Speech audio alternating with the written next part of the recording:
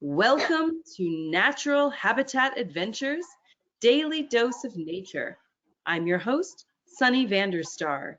Today's topic is Weird and Wonderful Sounds of the Wild, Part 2.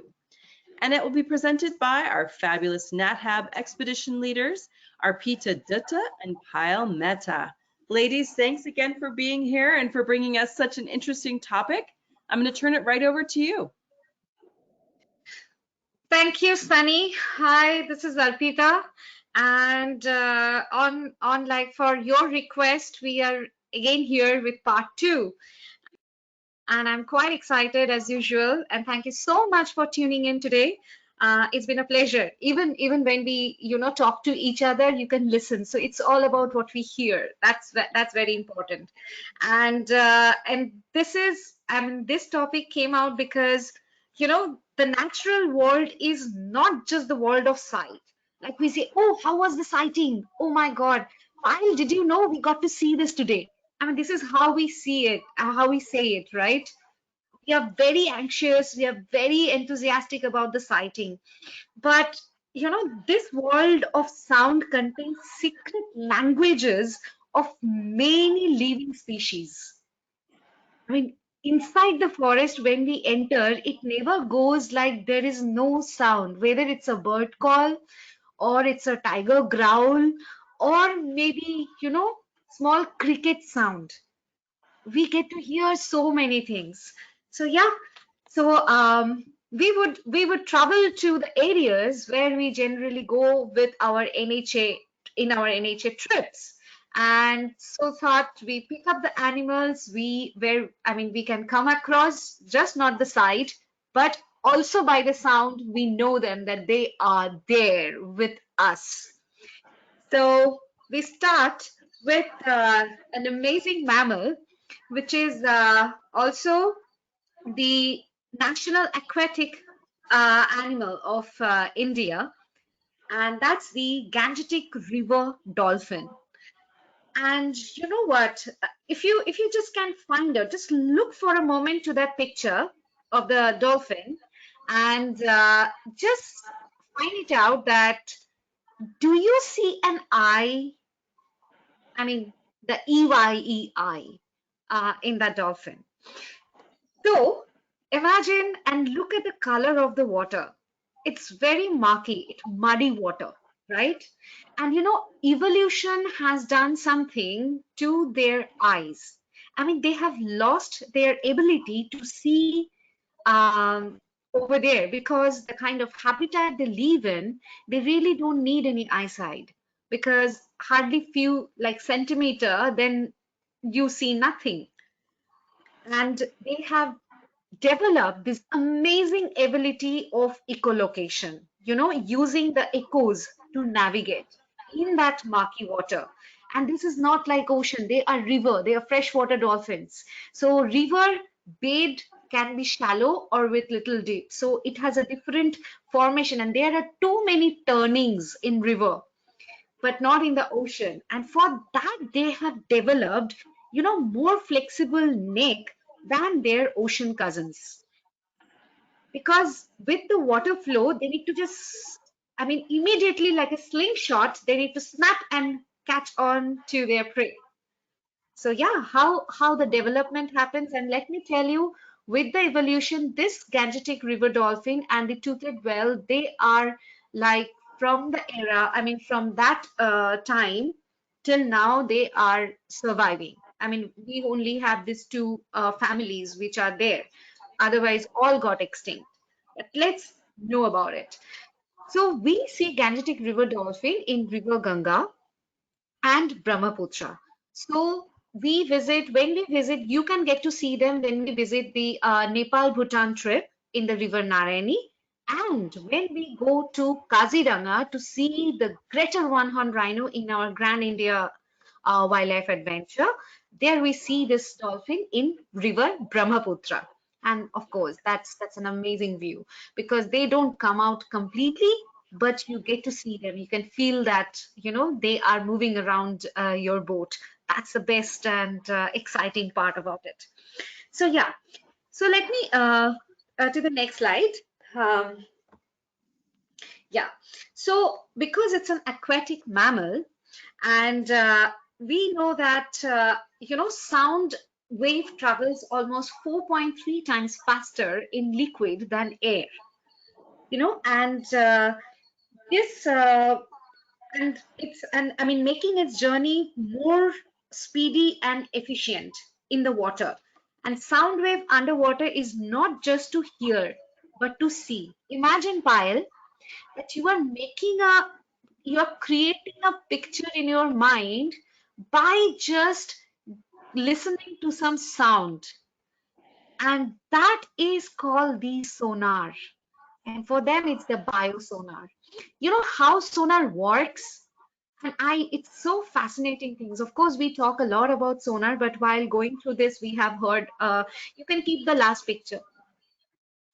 Um, so what happens that their need, like sonar stands for sound, like navigation and ranging. So sonar tell us location, dimension, and the movement of the object. So imagine when the sound waves pass, it hits something and it goes back, and then you know that from where, which angle, how far, if the object is moving or not, you get an idea. So for that, it's called an active sonar. That when the first you are sending the sound, and for the passive is to measure the sound wave coming from the surrounding of the water. That is a passive one, that you wait and intake all the sounds which are around you without even sending any signal. So that's the passive one. And of course, our brilliant dolphins, I mean, Gangetic dolphin or all the dolphins, they do have this sonar in them. And these Gangetic dolphins are blind, but amazingly and completely depends on the sonar to navigate and to communicate. It's like, you are having a smartphone in your brain. Like you know exactly how to do, it's like an image version of the smartphone. Yeah. So if you go to the next slide, because they do have this very limited like visual perception in aquatic environment, but that has given them, the diverse sensory, what do I say, like more improved sensory system to know that what is all around. And these dolphins can produce ultra high frequency sounds. And for human range file, it is only 15 to 20 kilohertz. For a dolphin, it is 50 kilohertz. And their sound can travel almost 2 kilometers, which is near about 690 miles. So that's amazing that how they actually do it, in the river, because instead of so many twists and turns, meandering, murky water and shallow riverbed and deep deep riverbed, but they kind of work out in that, even not alone, but with the school, like with the pod.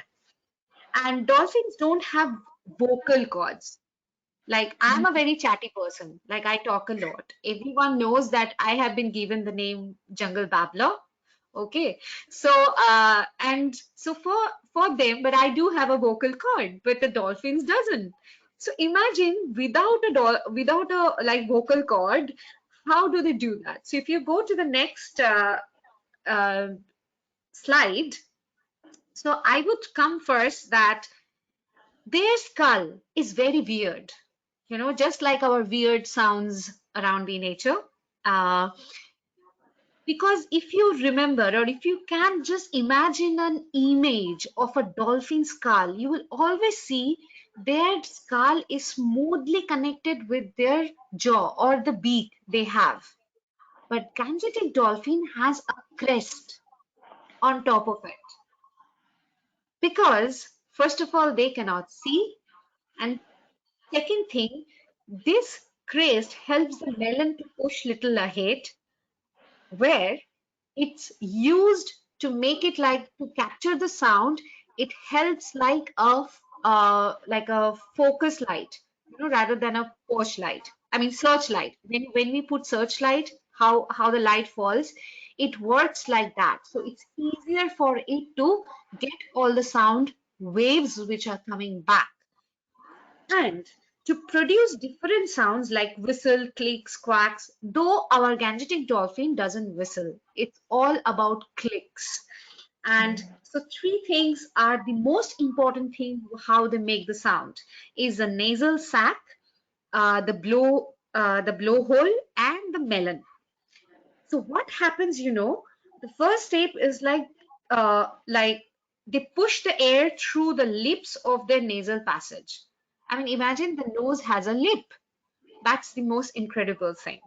And secondly, to amplify the sound of the, I mean, called click, which is called clicks, do with their, I mean, the melon does that thing. Like what the sound you get, actually, it comes from the melon. And the third is the wave, I mean, the sound wave back like echo, and based on its intensity and pitch, they able to draw a picture of the environment. I mean, how amazing that is. I mean, Yeah. they can measure the depth, length. I mean, if I am there down, they can measure the surface area as well, because that would be much bigger. And so yeah, I mean, I do feel that. But this is how they can, without even having an eye, they do that. And also, that is under the water. But over here, one more thing is there. They even click, like it has been seen. And when there is a school, I mean, when is a nursery, I mean, in a nursery, they click quite often you know to control the calf or to teach them how to do it, which is called a click train. So and every click has a like an intensity and a pitch of the mother. Like if you go to the next slide, yeah, so every mother, when the calf is born, she first make the click call to introduce the calf about the sonar, or I would say to let the calf know that this is the mother or this is the family. They have a different pitch for every, and they have the language. So we know that they do have. And you know what, which is very interesting, like the sounds which generates inside the dolphin head and under the blowhole, and generally like without the air escaping from the blowhole, they can actually regulate the clicking sound in such a way that it makes like a language. Like if I say angrily that, Pal, you haven't done that. This is a different tone. Oh, Pyle, you haven't done that. I mean, the change of tone and the emotion into it, scientists are trying to learn the language because they have found the similar clicks kind of a thing, but it can be little prolonged, exactly the marking. I mean, you know how the sound wave we record, like a heartbeat kind of a recording we have. So the same note, same pitch, only little prolonged. Can you imagine? I mean, how do they do that? And with that, in the lower shallow water, they do like this passive sonar. When there is shallow water, it is very difficult, to release the echo and to bring it back. So they wait for the passive one. And when they're more on the surface, they do the active. But over here, when they're surfacing and clicking, like when their face is out, before they dip, if they click or splash the tail, that means they are in distress. So that is a way of letting the other dolphin know that this place or this area is not suitable. And unfortunately, we are living, I mean, in India, Nepal, Bangladesh, and Bhutan, we only have less than 2,000 individuals in the wild. And that is very unfortunate because even the river, there are so many boats and small ships are there. The propeller sound, it's very difficult for them to navigate, and there are too many dams are creating into in the river. So that is making their population decline. But though conservation processes are happening, a lot of bycatch used to happen. I mean, it generally happens. So a lot of awareness program is happening. But of course, seeing this beautiful mammal out in the wild itself gives a lot of pleasure, and especially when it is so rare and also thriving from even before us, when the evolution of this mammal has started. So yes, I think we would get to see them, isn't it, Payal? Absolutely, my God, so fascinating. Arpita, just as you were talking about the dolphin, I wondered, I really felt like getting out into a forest and just closing my eyes and seeing if we have any ability left. Of course, not active echolocation, but even passively, to build a picture of what's around us. It is so tempting to actually get out and try to do that and just sort of feel what the world of these dolphins must be like. It's such an amazing way of finding your way through this habitat. Right. Really, really fascinating. Thank you for sharing that, Arpita. And with that, we are going to go to our next animal, the wolf. It needs no introduction, and it's one of the most, I think, well-known sounds throughout the world. When you speak of animal sounds, I think a howl of a wolf is something that almost everyone will know about. Let's tell you a little bit about the wolf. This is because the wolf is one of our most well distributed and well adapted land mammals. This map here, for example, is showing you the extent of wolves where they are all found. However, I must point out, so these different colors are different subspecies. The wolf is called the Canis lupus, and this map shows you all the different subspecies. But even today, scientists are not able to agree how many subspecies of wolves we have. For example, there are wolves in Africa, which this particular map doesn't show, but some scientists consider them to be wolves and would show them as wolves. So there are between 12 to 38 subspecies of wolves, and scientists cannot agree. And Arpi, it also includes our very own loyal friend, the dog. It is also called Canis lupus familiaris, and it is also a subspecies of the wolf, as many scientists still believe. So over here, you'll see in India, most people don't think of India as a destination for wolves, but it really is. And we have two subspecies of wolves. Here, what you see in yellow is one subspecies called the Indian wolf, and up here in the Himalayas in Nepal and in India, up north, you have the Himalayan wolf. And these two wolves are the oldest lineage of wolves in the world.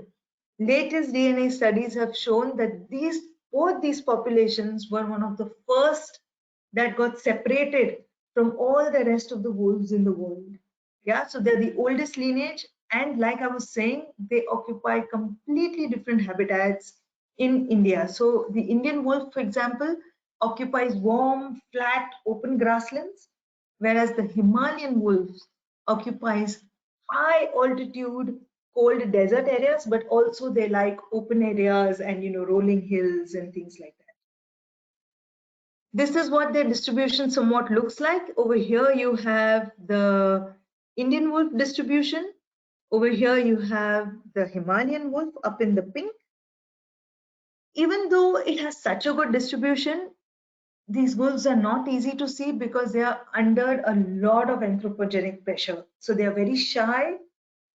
We've done so many trips in central India. Arpi will agree, we rarely see the Indian wolf.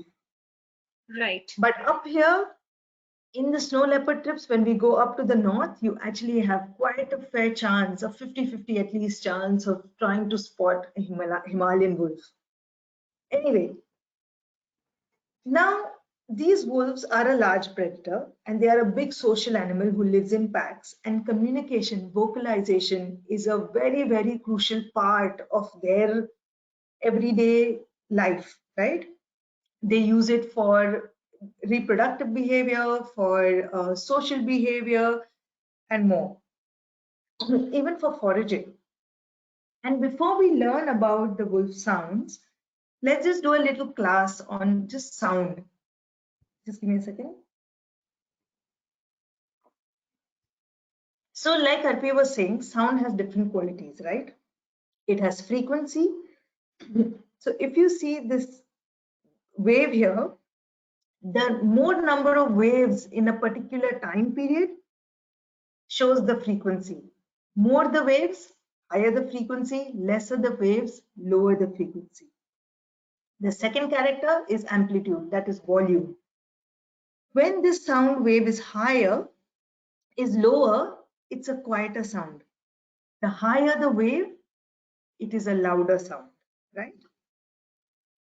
When there is lesser loops, which go into more and more loops within a time period, like it is shown in this picture, this succession of higher frequency sounds is called a harmonic sound, right? Now just keep this in mind as we learn about the sounds of a wolf. Should we hear some of it? Just Yes, give me a please. second. I'm going to play this video.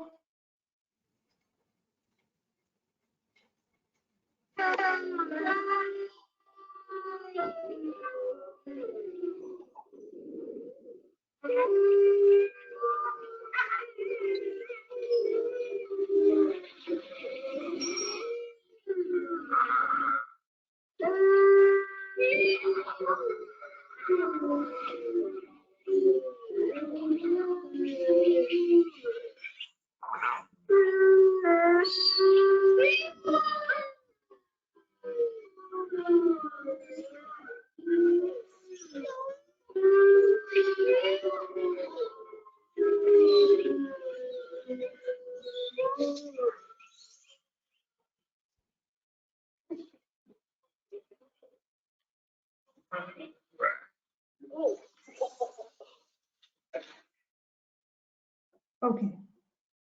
So did you all hear it? There was a howl, but there were also other sounds, right? Now just speaking about the howl is the main long distance vocalization of social communication for a wolf or for a pack of wolves. And they all howl together, right? Now the howl is a low frequency, high amplitude sound. It's loud, but the frequency is low, the pitch is low, and such sounds carry the farthest in distance, right? And that's why the howl is such a well-known sound, because you may not see the wolves, but you hear them, right? And the wolf uses this sound to communicate within its pack, but also to other packs in the area to sort of just establish social territories and lots of other information that comes out of a wolf. These sounds can travel 6 kilometers or more, right? They are that far traveling depending on the habitat and the weather, of course. Now, just like Arpita's dolphins, the howls of a wolf are known to vary across all the different subspecies. But not only that, they are known to vary between different packs. And not only that, they are also unique to every individual wolf. Every individual wolf's howl is unique.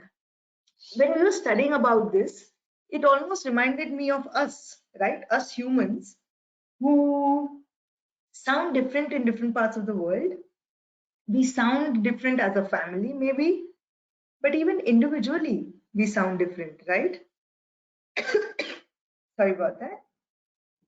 So the amazing thing is that now scientists are using howls of a wolf as the recording of it and the spectrograph of it to actually count the number of wolves and gain sort of information about population and pack sizes and all of that.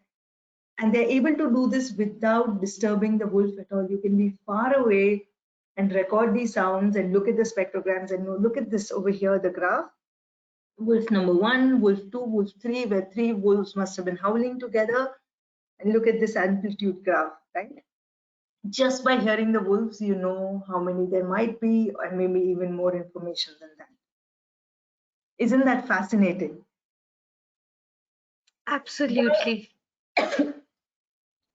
Yeah, Arpi. And you know, the amazing thing, Arpi, is over here, unlike your dolphin, the larynx of the voice box of a wolf is almost similar like ours. It's not too different. But the amount of sounds it can produce is actually quite sophisticated. So the howl is just one of the many different sounds a wolf can produce. Even when you saw the video and while we were playing the audio, you heard that there were also some barks going on between two different individuals while the others continued howling. And there were various other smaller different vocalizations. Here I've just showed a spectrogram of 5 different vocalizations, but look at the variation. You can already see how different these sounds would be. And the fascinating thing is that these sounds, they are able to produce immediately one after the other. And not only that, they're able even to mix it. So they can superimpose a howl with a bark and a whimper and a squeak and sort of make all those sounds together like a combination of all these vocals and make a really beautiful, complicated chorus if they really wish to.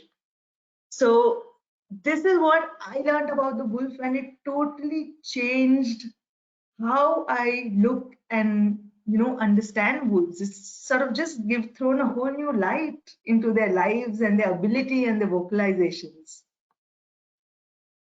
I agree. Totally agree. I mean, imagine when we take Sufi for a out, the Yeah. evening, and Sufi's other friend starts, greeting her by barking or making so much noise. We really feel like they are actually, talking to each other, and this is how they share their kind of communication. And of course, it's always good to see, and wolves are, of course, what a majestic. I mean, it's very. I think if you look at the face of the wolf and you just feel so thrilled, Yeah. Yeah. Yeah. And then the Jungle Book, all these stories come down that how things are there, how Mowgli has been saved by the wolf. Yeah. It's incredible. Yeah, absolutely.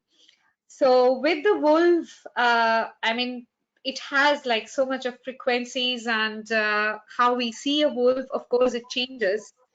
But we have another, I mean, apart from the canids, we have another like animal which has, I mean, being a reptile, it has shown and tremendous aquatic behavior, and by showing different types of vocalization, which is the croc, the whole crocodile family. I mean, the crocodilian family, and of course, the alligators is also included into it, caimans, gharial, and of course, the crocodiles. I mean, who are the biggest. So, with that, I thought that, of course, I mean, why to only see, I mean, most of the time we see the crocodile, up at the river of Rapti, this freshwater crocodile. And even in our Ranthambore tiger trip, what we do, a short trip in summer, over there also you get to see this freshwater croc. And also the saltwater croc, of course, we come across in our, the Australia trip. So I thought, why just to put them together and see that what kind of communication they are trying to do with us. I mean, how we understand. So if we just go initial way, like when we talk about a reptile, you know that when it comes to reptile and amphibians, I get a little more excited about it. So I mean, although like uh, being from, if we say, from the dinosaur era, so crocodiles and birds are the modern representative of the phylum Archosauria. Okay, and although like considerable data are, I mean, available for birds, but when it comes to croc, we have very limited data available, but it's all on hypothesis and all on their action while they are vocalizing. With that, when we brought it together, we could actually get some information that why they are doing this kind of calls. So let me start with the juvenile one, because let's start from where it all starts. So for the juvenile calls, they have like they utters variety of communication sound that can be classified into various functional categories for the little ones. So first it comes the hatchling calls, where they kind of synchronize even before they are completely out of the like egg, or if one is out, they start making a call. I don't have a video or audio. I'll try to do that. It's like it's a short call. Like, did you hear that? Yeah. Okay. So that kind of a call. And then when they come out, then they have the contact calls. Like then they know, oh, Arey, why you are out, brother? Okay, wait for a moment, I'm coming. But this whole line comes up into small like small that small note of call. And the contact calls is like to maintain the cohesion between the the juveniles. Okay, and they kind of then open their mouth and do a call like ah, ah, ah, ah, ah, ah. This call actually gather everyone together. This is how they start communicating. Okay, and then they have the distress call, which is more come with a ah and a hiss. I cannot do that thing together. I could not develop that, special ability of a croc. But and then they have the threats and distress call, which is more like a hiss, like this kind of a call. So this, imagine for a hatchling, for a tiny one which comes out, get together. Even if they find food, they start giving out calls. So the rest of the croc follow that area. Okay, for the food, they know that they are having the food. Actually, mostly for the saltwater crocodile, they don't, because they are mostly solitary and very aggressive in nature. But when they are feeding, they also make out it's like a happy note they're calling, oh, my tummy is full. The rest of the them know, and they kind of follow that particular area. And for adults, we have very likewise, it's classified as like follows: bellows. So bellows are like this kind of a call, but it's very like mine is very mild, and it's difficult to hear. But imagine that same vibration which they are giving out from the epiglottis and the loose skin which is there right down, right there under the lower jaw. They emit, and you can see over here, do you see the ripples in the water? So it is actually moving and doing the bellowing part, and bellows are done by both the sexes. It's believed that they do it while during courtship, you know and also to like territorial defense, this bellowing thing. And then you have the maternal growl. So what happens when the hatchling comes out, when the mother hear that, and she also comes towards them and do a little growling. I mean, not the aggressive one, just like small this kind of short notes are there. So they know that, okay, the mother is right here. This is how they understand, because and especially for saltwater crocodiles, they are the only crocodile, just like the king cobra, who builds their nest. They don't dug the soil, they gather all the vegetation and make their nest. So all the hatchlings are inside that. And then the hiss in defense, like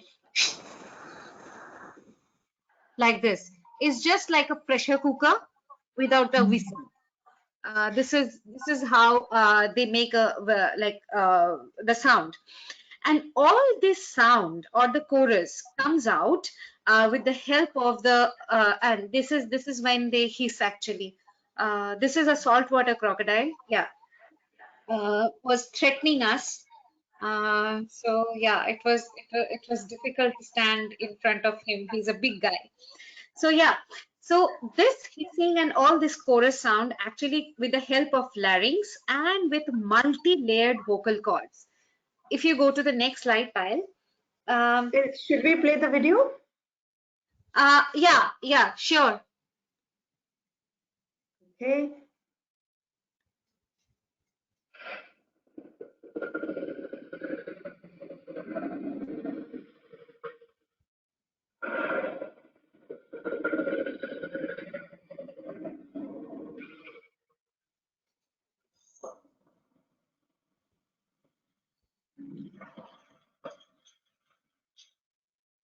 I think this much would do, Payal. I mean, to just make understand, I think a little bit. I have already promoted their chatty version, so Yeah. and even Payal, No, but imagine, incredible. you know, that's just the initial part. I just closed my eyes. I swear I did. And imagine when we were kid, we saw the first part of Jurassic Park, and you Yeah. know that, yeah. And you when the dinosaur, I mean, it was T-Rex was coming close, and you get this gurgling sound. Okay, it is just like that. I mean, they are so prehistoric, and they are still carrying all this like amazing characteristic. I just love them. Oh God. Anyway, so I'm No, this so was a sorry. brilliant peek. Huh? This was a brilliant peek into Yeah, their lives. I mean, this is very, very interesting. true. Sorry, one So second. yeah, Just a second, Arpi. I'm trying to. okay. Okay, just a second. Yeah, here you Okay. go. So yeah. So if you see the color like the picture of the anatomy on the right hand side, you see that there is larynx and the multi-layered vocal cords are there. Okay, and just imagine the larynx is there and the hyoid cartilage. These are like two very important things to bring out that kind of a sound. But this utter airflow has, I mean, as they dilate and vibrate, but these two parts work. I mean, croc needs muscle. You know, you can't put all this thing in a position if the muscle is not working. So that is a very important thing. You know why? Because it's the muscle which actually, depending on the part or exact position of the muscle which is contracting and relaxing, and because of that contraction and relaxation, the vocal folds actually open and close or enlarge. So while they are making some sounds, it's always depend on the muscle that how much they are opening the gap. It's like, you know, right. You know, we blow a balloon, Mm-hmm. and if you and from where we blow the air, after blowing, if you hold the end, Yeah, if you just release a little bit, then you will get a sound. If you release yeah, it more, you know, and then if you just release it just like that, it will blow out and it will this sound yeah, comes. Yeah, yeah. I think this can be a very good example of the larynx and, you know, the vocal cords, how they are working. So it's the air pressure and the contraction of the muscle is our finger, like exactly how we are giving pressure. According to that, the air is passing through the vocal, you know, folds. And when they're getting out from the vocal folds, how they are making the sounds, it's depend on all this muscle and this hyoid cartilage.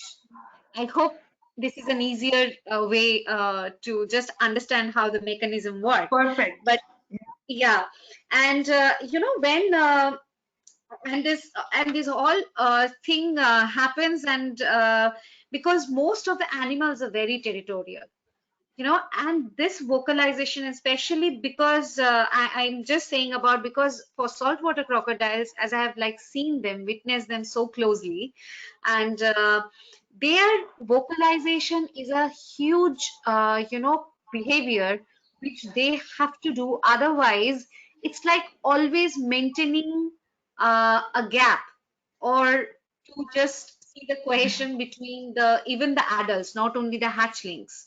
So understanding each other territory, everybody's like a female, they need it.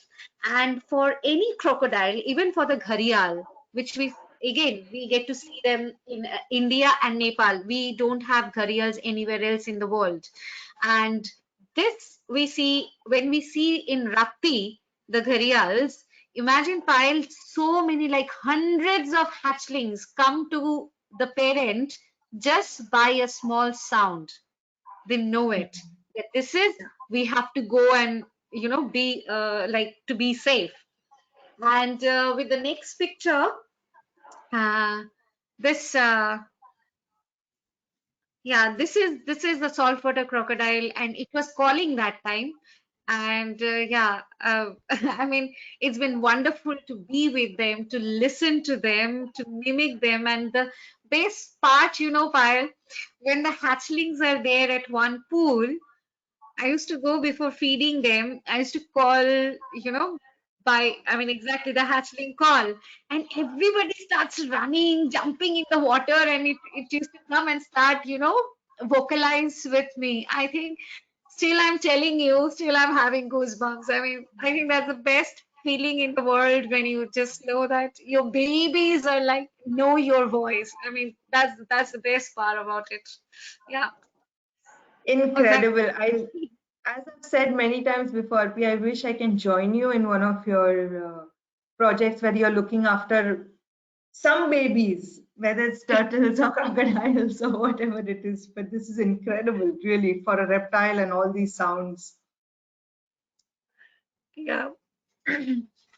And also that the sounds are changing through their life, no? Different calls as hatchlings, and then Yeah. different in the egg, different when they come out, and different when they're adults, and so much different communication. It's really, really They have fascinating. almost near about like 15 to 17 notes, Oh, yeah? And if we split, yeah, if we split the calls, like bellowing also has a different types of Mhm. bellowing, which can be territorial, which can be mating. Um, but I think the mother Wow. of the sounds is waiting. So Yeah. Wonderful. Brilliant. No, thank you for sharing this. I think our minds are so corrupted with movies, no, where they just show this one sound coming out of all animals, no? Many times. Who would have known that there's such a variety, such a rich repertoire of vocalization amongst a reptile like this, like the crocodilians? Anyway, with this, Arpi, we are going to go to our next creature and the last one for today, and that is plants. I was totally surprised. Arpi me was too. totally surprised. I'm surprised too. I'm surprised too. Exactly, and I wonder, Arpi, if our audience here is as surprised as we were when we sort of came upon this. But I'm going to go right into it because we know, I mean, we know a lot about plant communication now, right? We know that they are not just these helpless little creatures who are standing pretty.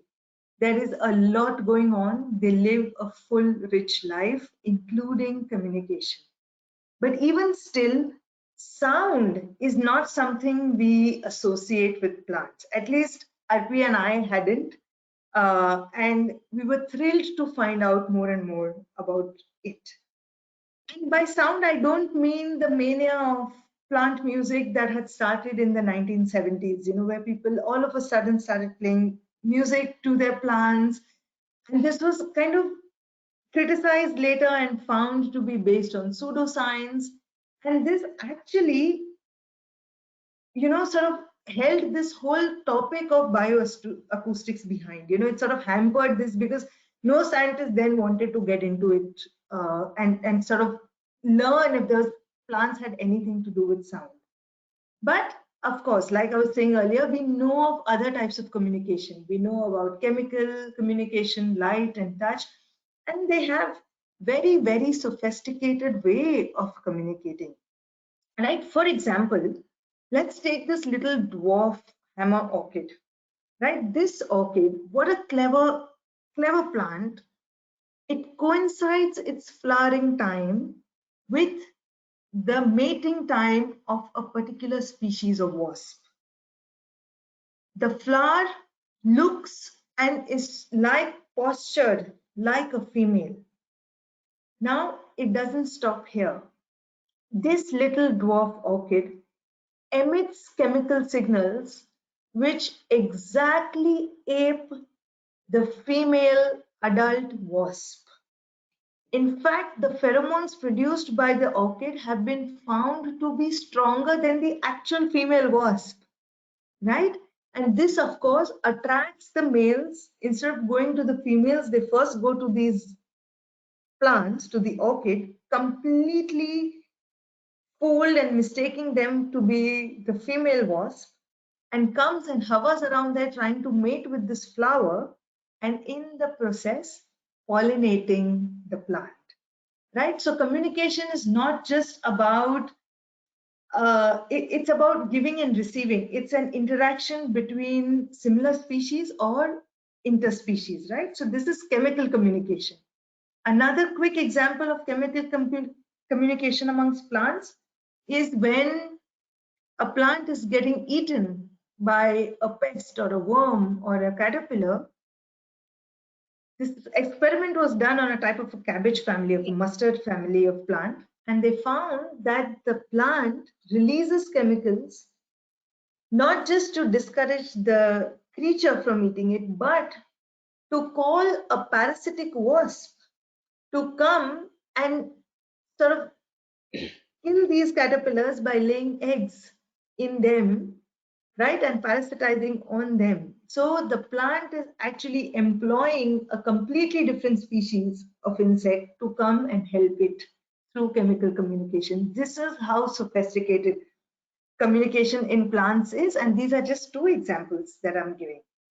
But again, coming to the other one, of course, now we know maybe one of the best discoveries of our century is the revelation that plants are connected by an underground network where they are not just exchanging information but also exchanging nutrients.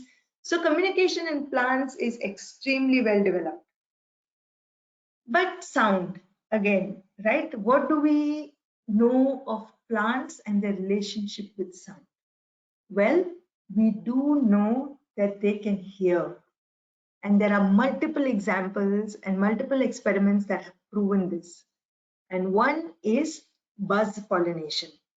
Now, buzz pollination is when plants eject pollen grains upon hearing the buzz of a bee. And we know that it is the actual buzzing frequency of a bee that is making it release the pollen grains for pollination, and not the scent of the bee or any other thing, because scientists have proven this along with speakerphones, right? So they have played back the same frequency of a buzz of a bee, and flowers have let out their pollen, right? We don't know how plants hear because we can't see a visible ear, right? Or a tympanum. But they do hear, and that has been proven. In this case, is it using the flower as a ear? Maybe, we don't know, right? Another example, this amazing experiment that a scientist called Monica had done in Australia, where she put a pea, right, pea seed, and she put the seedling in a contraption that she built, which is this pot here, which is like a maze where you have one place with the soil and the pea seedling, and you have two different pots that it has access to. Under these pots, there are these trays, okay, which are outside the pot. Now she did a series of experiments. I'm not going through every step of it, but the finale was when she put flowing water through one of these trays, which are outside and not connected to the plant at all, the roots of the pea grew towards the sound of the flowing water. The water was not in the pot, so there's no moisture gradient or anything else. It was literally just flowing water and the sound of it. Again, this was rechecked by playing the sound of flowing water on speakers and the same result. Again, proving that the plant was listening to the water flowing and growing towards the source of water. Right? So it's absolutely fascinating. One more example, and one of the best ones I found was when I learned that plants can hear a caterpillar chewing on its leaves. It's a really tiny, tiny, tiny sound, but it is the sound vibrations that the plant might be picking up. And this again was an experiment where they used the sound frequency where there was no caterpillar, but they used that tiny sound, and they have these amazing apparatus of laser, to project and record these sounds, these minute sounds. And they used it in a laboratory, and they saw that as soon as the sound of the caterpillar chewing was played to a plant, it released toxins to discourage pests, right? And sort of they do that also to tell other plants around them that, hey, there's a pest attack, so beware, get your toxins out before you get eaten, right? And that response they saw just by playing the sound of a caterpillar feeding. So this was an amazing thing for me to learn, that they hear sounds so well and react to sound. There is a relationship of sound and plants. Now, the next question, if they can hear, can they speak? Do plants produce sound? The first thing that we learned about plants producing sound was during transpiration. Many of you may have even heard of it, that there was an experiment which showed that with changes in available water, right? Transpiration is a process where the plant lets out excess water, and water flows through a tissue called the xylem through the plant. The change in volume of water in the xylem through different seasons would produce a sound, right? Now, this could be a sound that, when there's a drought and there's a sudden lack of water, there's complete dryness, and what happens to the volume of water within a xylem and how it may create a sound. This was the first evidence of sound in a plant. However, it didn't really take off as something in plant bioacoustics, because all the experiments showed that the sound could be heard right there on the surface of the bark. So is this communication? For communication, sound needs to go from one place to the other, right? So could the other plants hear it? We don't really know. There wasn't good enough evidence for it. But again, about 10 years ago, the same scientist who did the pea experiment of the flowing water, Monica Gagliano, she did another experiment. She made this whole contraption again, where she used a chili plant. She used a young chili plant in the center and put other chili plants around it, but the contraption was such that no chemical signals could pass, no light, no touch. And of course, these were potted plants, so there was no mycorrhizal network. So she cut off every other known medium of communication and saw what happened. So when the baby chili was in the center and the other chilies were around it, it grew at a normal pace, right? Then when she put another chili baby inside and put fennel plants around it. Now fennel is a known enemy, sort of competitor of a chili plant. It really hampers the growth of a chili. That baby chili that was surrounded by fennel but couldn't know it through chemical or any other way, this chili plant started growing very, very fast. almost as a response of knowing that, oh God, I have competition around, I better buck up. Thus proving that there was some other way of communication besides the known forms of communication. And that's when she started exploring this whole topic of plant bioacoustics. How are they communicating? Is it sound? And then she did an experiment with little baby corn seedlings, and she put all kinds of electrodes and sound receptors. And guess what? She found a sound.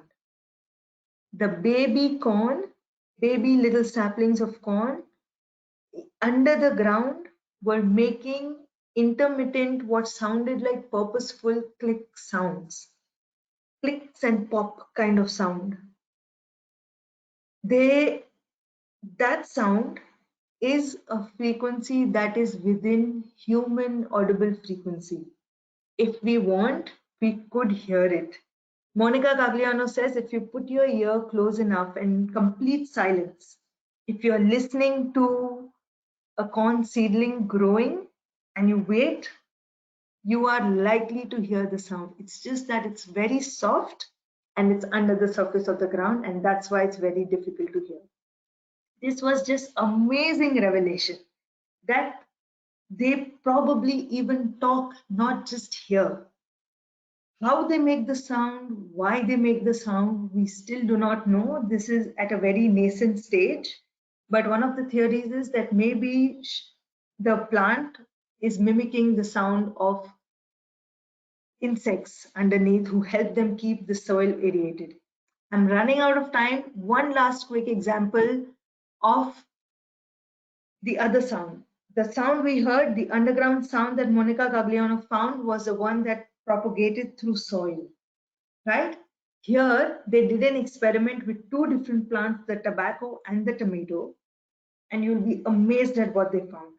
Under conditions of stress, or when a branch was broken, the plant let out an ultrasonic, a frequency above the human hearing frequency. It let out a sound which could be heard probably by many mammals and insects up to a range of 3 to 5 meters around them. They were actually communicating through a sound, almost like a scream of stress, right? And this was recorded and proved again that plants also make a sound. This just totally, all this whole topic, and especially this of plants, just makes us feel how much we don't know even about the most common creatures around us, right? There's so much still left for us to learn. It's like a pieces of puzzle where there are more pieces missing than those available, and we're still sort of grappling our way to understand the world around us. So yeah, with that, I think we'll finish our presentation, and we open for questions if at all. Arpi? I have so many questions. I actually, once you finish, I could pull up my jaw back with back together, because it's like a jaw-dropping thing. I mean, so many things were coming, and it's incredible. And that's why I said I don't want to hear it before. I'll just straight away listen to the webinar, because this plant communication, I think now I need to get into this. No matter, I'm so this is incredible. But yeah, we are ready to take up questions. It is truly fascinating, and I so appreciate both of you bringing us, these very unusual, and I'd never heard of this before you brought it to my attention. So now I will be on the lookout, and I feel a part 3 coming on sometime soon.